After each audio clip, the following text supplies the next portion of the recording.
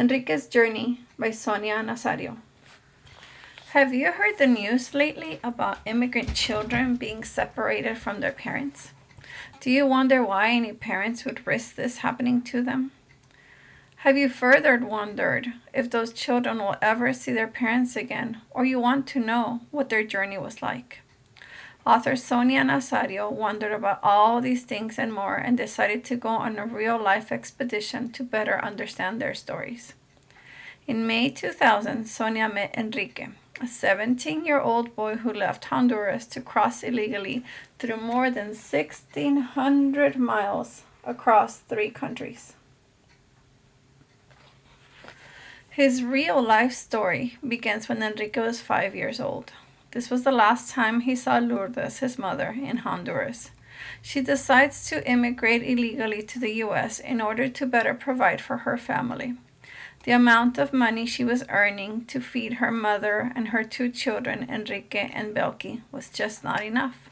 Her husband was gone, and she couldn't even send her children to school because she couldn't afford the school supplies.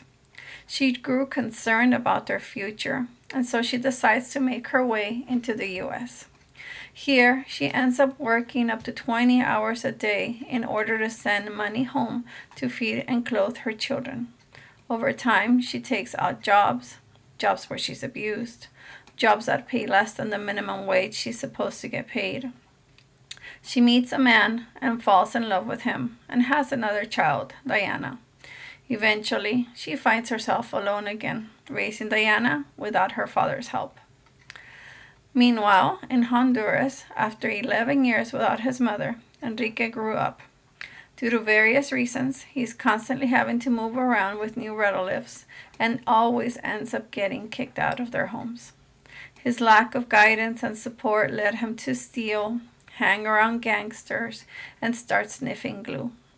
School has not mattered to him in a while, and so he begins to get odd jobs such as selling spices on the street or even car washing.